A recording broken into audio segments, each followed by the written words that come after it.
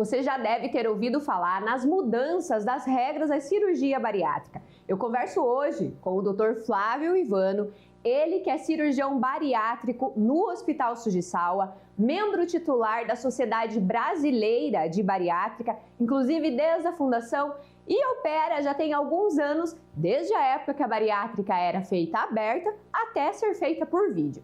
Nós vamos conversar com ele sobre como funciona, o que mudou e quais são essas novas regras. Conta para nós, doutor Flávio, o que mudou e qual a sua opinião a respeito das novas regras da bariátrica? Sou o Dr. Flávio Ivano, eu sou médico aqui no Hospital Sujisawa, sou cirurgião bariátrico do hospital, sou membro da Sociedade Brasileira de Cirurgia Bariátrica, membro titular, e fui um dos fundadores, membros desde a fundação da sociedade, e estamos aí realizando cirurgias bariátricas desde 1997, começamos, né? Cirurgias abertas.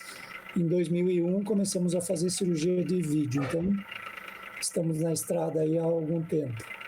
Eu sou suspeita em falar, né? Inclusive, a minha cirurgia bariátrica foi feita pelo Dr. Flávio. E agora, recentemente, a gente teve algumas mudanças, né, doutor? Algumas atualizações aí no IMC, nas novas regras. O doutor poderia nos falar um pouco mais sobre essas novas regras? O que muda? Na sua opinião, se facilitou, se ficou melhor? Eu acho que, de uma maneira geral, o que houve foi uma atualização, né, da resolução do Conselho Federal de Medicina, né? Então, um primeiro esclarecimento que eu quero fazer é que esta é uma resolução do Conselho Federal de Medicina e existe uma resolução da ANS, da Agência Nacional de Saúde, o qual os convênios são vinculados, né? Os convênios liberam os procedimentos baseados na resolução da ANS. Então, são duas resoluções distintas. Então, os convênios não liberam tudo isso que foi alterado nesse momento baseado. Mas já é um começo, né? É uma atualização. Foram incluídos alguns procedimentos novos, foram excluídos alguns procedimentos que não eram utilizados, né? Então, vou fazer um breve resumo do que eu vi nesta resolução nova, né? Então, de mudanças, é que na resolução antiga havia a indicação de uma cirurgia metabólica, e que essa cirurgia era indicada basicamente para pacientes diabéticos com IMC menor. Então, pacientes diabéticos poderiam ser submetidos à cirurgia com IMC entre 30 e 35, ou obesidade grau 1, né? Porém, agora, nesta nova atualização, incluíram várias outras doenças, né? Como uma doença cardiovascular grave, né? Um paciente que infartou, que tem alguma condição cardiovascular grave, uma doença renal em paciente diabético, esteatose hepática, né? Então problemas de gordura no fígado com fibrose, né? Doentes que eram portadores de fluxo, né? Com indicação de cirurgia. Então a gente sempre ficava na dúvida, será que eu faço uma cirurgia do refluxo nesse paciente que é obeso, ou será que eu já parto para uma cirurgia bariátrica, né? E agora, essa nova resolução, então, ela tirou essa dúvida, né? Então, já parte para uma cirurgia bariátrica se você tiver refluxo com indicação de cirurgia e for obeso, né? E pacientes com uma osteoartrose, com algum problema articular mais grave, né? Que tenham indicação cirúrgica, por exemplo. Outra modificação que nessa resolução deu-se ênfase também à estrutura hospitalar, né? Então, a resolução questiona se um paciente superobeso, por exemplo, um paciente vamos citar um exemplo aqui, um paciente com 140 quilos, 150 quilos, né, ou acima disso, se o hospital tem estrutura para atender esse paciente, né, tem macas específicas, tem uma UTI dedicada para esse tipo de paciente, tenha tomógrafos, né, que suportem um paciente com esse peso, né, porque a maioria dos tomógrafos até então suportava até 150 quilos, né. Agora, com essa nova demanda, nós temos que ter tomógrafos que suportem pelo menos até 200 quilos, né. É difícil que a gente opere grandes obesos como se opera nos Estados Unidos, né?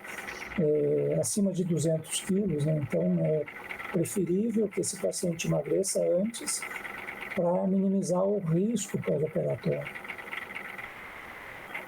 Uma questão polêmica aí que essa resolução criou foi a redução da idade dos adolescentes, né?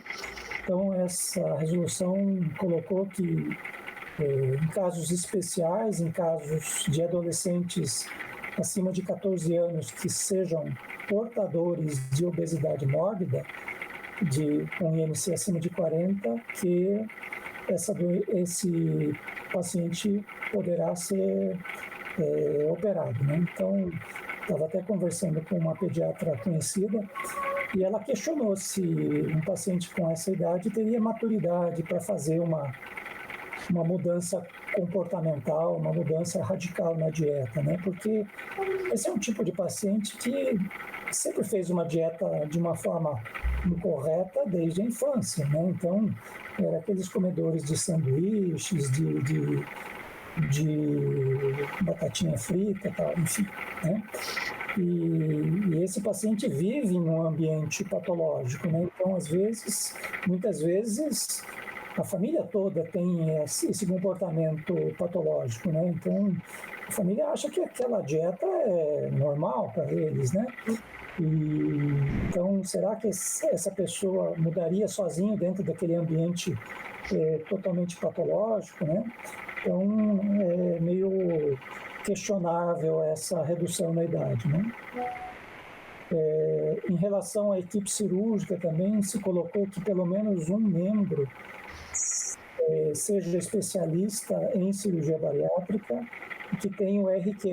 O RQE é o registro de qualificação de especialidade do CFM, do CRM, né? Então, teria que pelo menos um membro da equipe ter esse registro no CRM, CFM, enfim, né?